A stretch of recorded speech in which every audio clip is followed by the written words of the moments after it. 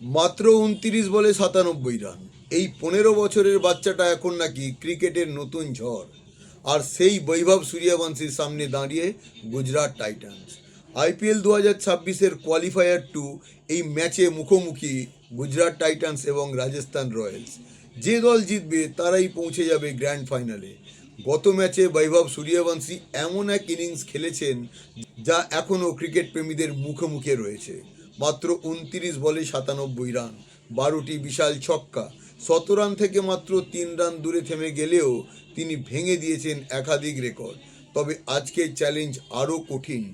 গুজরাটের কাছে রয়েছে শুভমান গিল, সাই সুদর্শন, জস বাটলার এবং রশিদ খানের মতো তারকা ক্রিকেটাররা। বিশেষ করে গুজরাটের বোলাররা চাইবেন শুরুতেই বৈভবকে থামাতে। হেড টু হেড পরিসংখ্যান বলছে ১০ বারের সাক্ষাতে ৭ বার জিতেছে গুজরাট, আর রাজস্থান জিতেছে ৩ বার। নিউ চণ্ডীগড় মুলানপুরের পিচে ব্যাটাররা সুবিধে পেলেও একদিকে বৈভব সূর্যবংশীর ব্যাট আর অন্যদিকে জোফরা আর্চারের আগুন বোলিং ম্যাচের ভাগ্য কিন্তু ঘুরিয়ে দিতে পারে কয়েক মিনিটেই। আজ কি রাজস্থানের সেই রূপকথা চলবে, নাকি গুজরাট টাইটান্স থামিয়ে দেবে সেই ঝড়? আপনার মতে কে যাবে আইপিএল ২০২৬-এর ফাইনালে? এখনই কমেন্ট করে জানান।